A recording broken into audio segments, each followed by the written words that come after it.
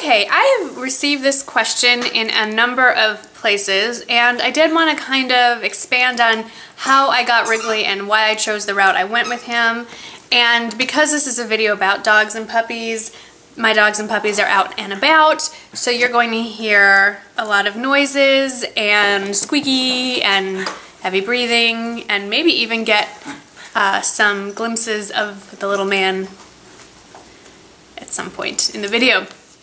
This is not going to be a place where you should attack me for getting a dog from a breeder or criticize anybody, really. I don't see the place for that in any of my videos, but no matter where you get a dog from, at the end of the day you're giving it a home, and that's what's important.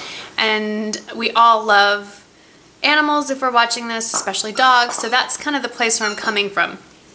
But I wanted to describe in greater detail how I made the decisions to get my dogs from where I got them, and if you yourself are looking to add a puppy or dog to your family, how you can go about doing it. So, sort of depends, first of all, if you care whether or not it's a mixed breed or a recognized breed through your, if you're in the United States, would be the AKC. Off the top of my head, I can't remember what they call it in the UK, but you know, a recognized breed. My recognized breed is chewing on my arm. Leave it. Ow. Anyway, so if you're looking for a mixed breed, and I know there's all kinds of polite ways to call it, you know, some people call them not so polite things like mutts, but if you're looking, I'm going to say mixed breed. So if you're looking for a mixed breed dog, then really the shelter is the place for you, or various animal rescue, non-breed specific. And if you're going to do that, I would also research where you are getting your dog from. Some people don't want to get dogs from a shelter that euthanizes dogs regularly. Some people feel like if they're going to get a dog, they should get it from a shelter that does euthanize dogs to rescue, really and truly rescue the dogs. Some people would prefer to patronize a no-kill shelter. Those are usually private shelters. Some cities have finally adopted policies where they will no longer kill dogs that they have in their shelters, but that's not the, I'm not going to go into a whole political thing here, but usually a shelter, either public or private, is your best option for a mixed breed dog, and there are all kinds of options for that.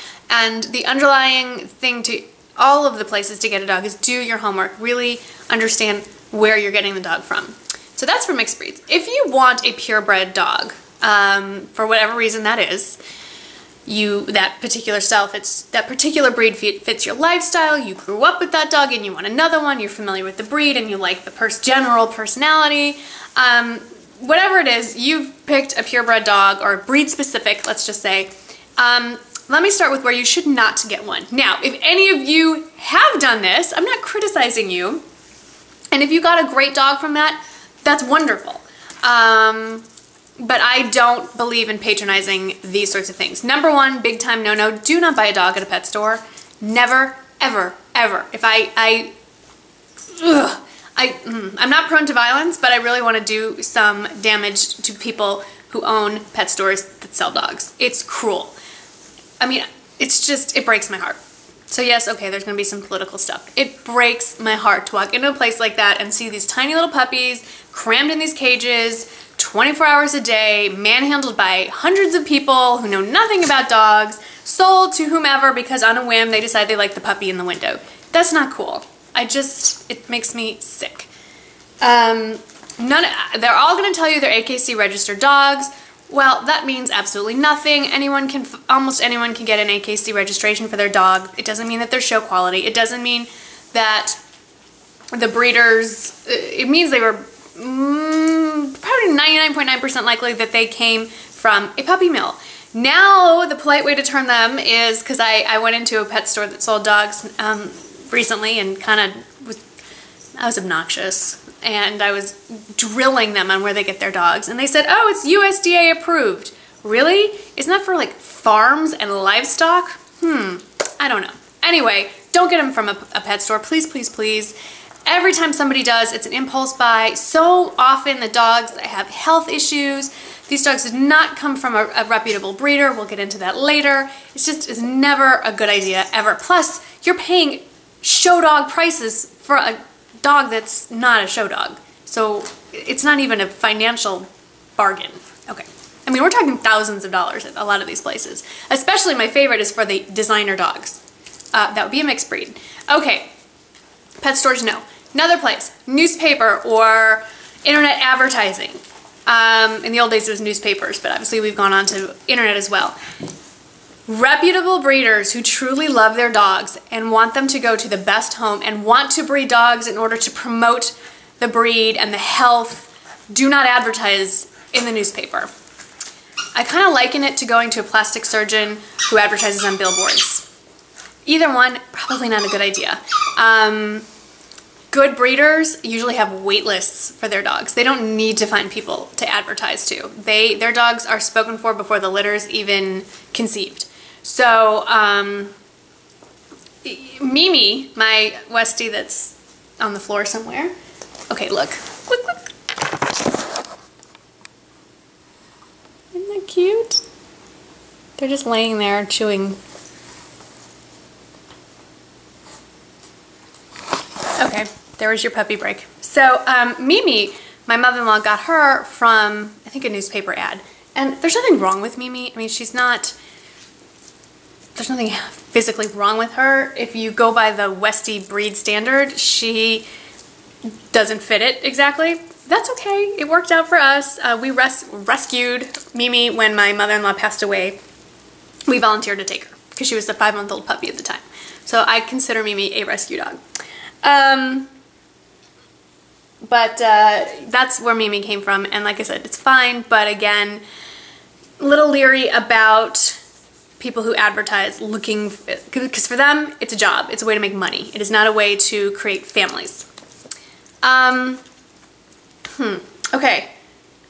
Here's where you do get dogs from. First of all, figure out what breed you want. If that's what you're looking for, you want a particular breed, figure out what breed you want. And there's a lot of ways to do that. Animal Planet's a great place to start. They have a good website. They do a lot of shows about specific breeds and what their pros and cons are. A great place that I highly recommend if you really have no idea at all is go to a dog show if you can. Go on the internet and see when the local dog show is happening near you. You'll see dozens of breeds. You'll have the opportunity to really talk to the owners, and they'll be bluntly honest about what they love about their dogs and what most people would maybe not love so much about their dogs. You can see them in person. It's one thing to read about something, it's another thing to see it with your own eyes. That's a great place. Go to a dog park. See all the other dogs. See how the dogs interact. Here's the little dude. Say hi. Can you stop chewing on inappropriate things? Like my finger? Mimi, you're supposed to be babysitting. Okay. Where was I? Dog parks. One of the great things about a specific breed is there's a reason why they're a specific breed. They have a general temperament and personality that generally is the same from dog to dog within the same breed. Golden Retrievers are generally very obedient, eager to please their owners kinds of dogs. Chihuahuas are generally kind of yappy, as are Pomeranians, but they love their owners and they have a lot of high energy. Mastiffs don't have much energy at all, they lay around. So, you know, you just get to see the different kinds of dogs. You're not maybe going to see every breed you'd like to see, but that dog park is a really great way to do that. A lot of resources on the internet about specific breeds. And then once you've narrowed down your choice of dog, take in mind if you work outside the home, how long you're gone, how long the dog will be alone, the size of your yard, if it's fenced or not. If you don't have a fenced in yard, no, don't do it. Don't get a dog. I'm not even a fan of the invisible fence, but we're not going to talk about that. Are you in an apartment?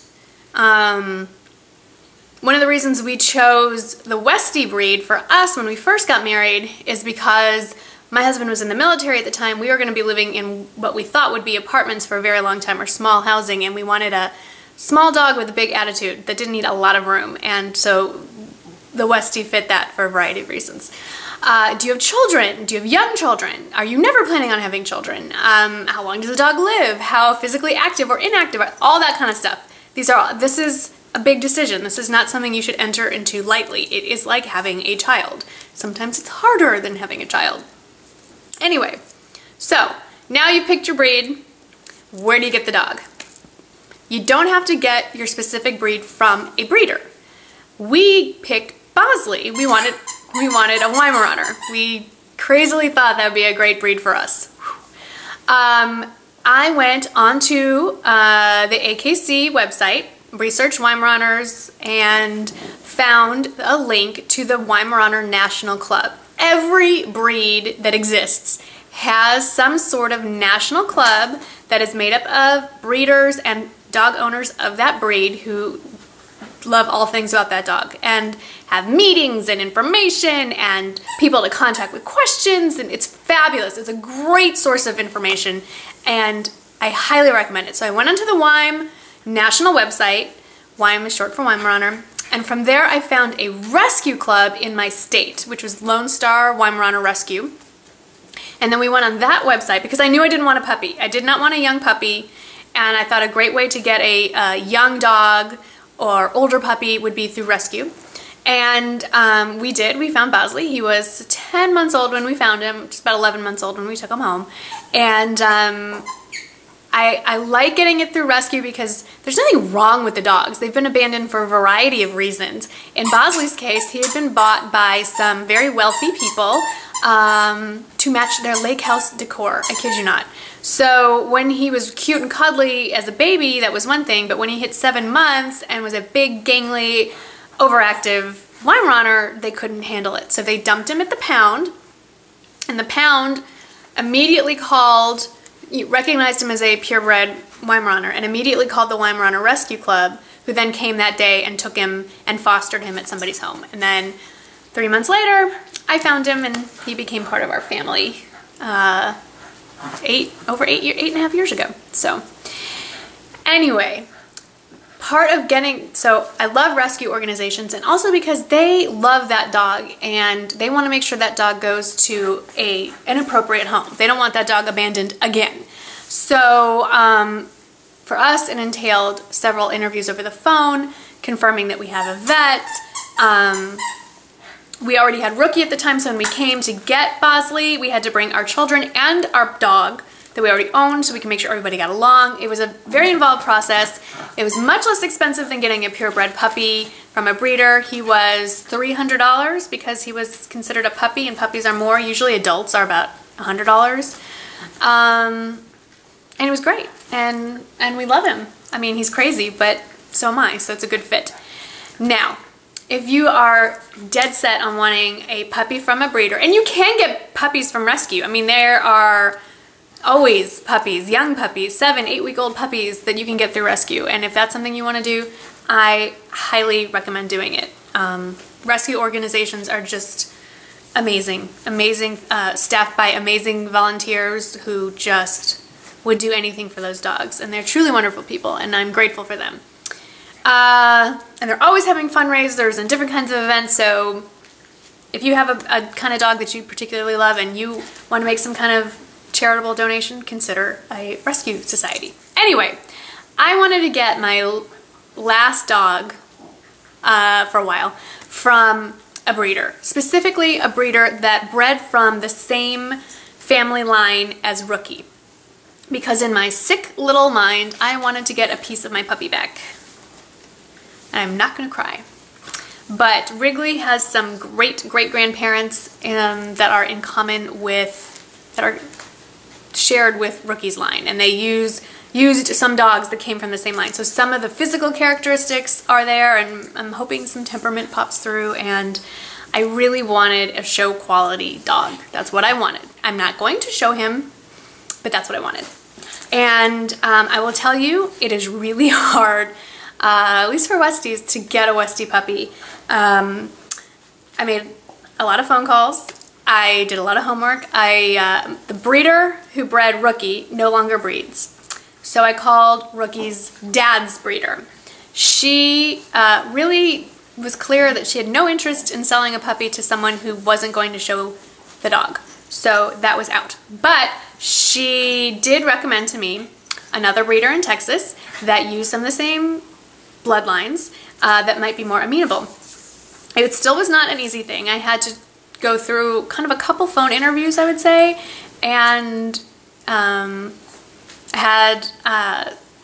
yeah. So it was not like, oh sure, you want a dog, here you go. They had a lot of questions. Want to know about my yard and my kids and the dogs I already had and what my experience was with Westies. And you know, they really do a good, responsible breeders do a really good job of making sure their dogs are going to good homes, because they don't want to see them being abandoned. They don't want to see them going to the pound.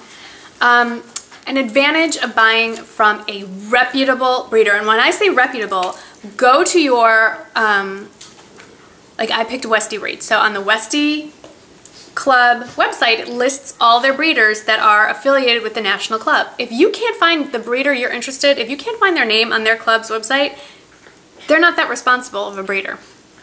Sort of like an unlicensed, if you will, breeder. My breeder, I was not bred, Wrigley's breeder, there are actually 3 women that work together, and they are recognized as breeders of merit actually by the AKC. It's a new designation, so they really know their stuff. One of the women is a veterinarian, and she is hugely involved in the Westie Foundation, which is a foundation to, I'm going to mangle this, but it's a foundation that researches bettering the health of them, looking into the diseases that pop up specifically in Westies and how to eradicate those diseases or cure them.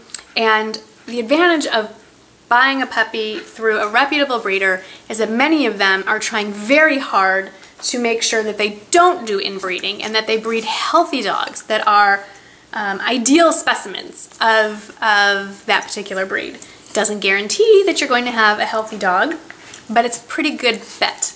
Of course, mixed breed dogs tend to be incredibly healthy also. Go figure. So those are the places that I would recommend looking for when you're looking for a puppy. My puppy, I keep looking over that way because they're right there. So I'm going to try and film some of the dog action.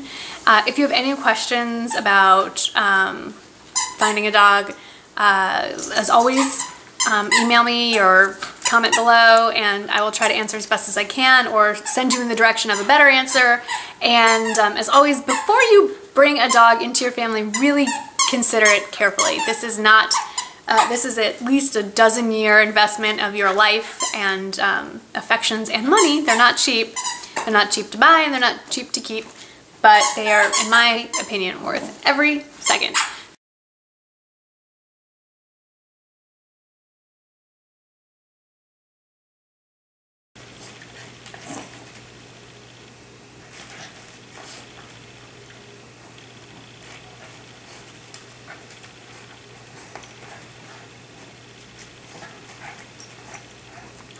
Hello.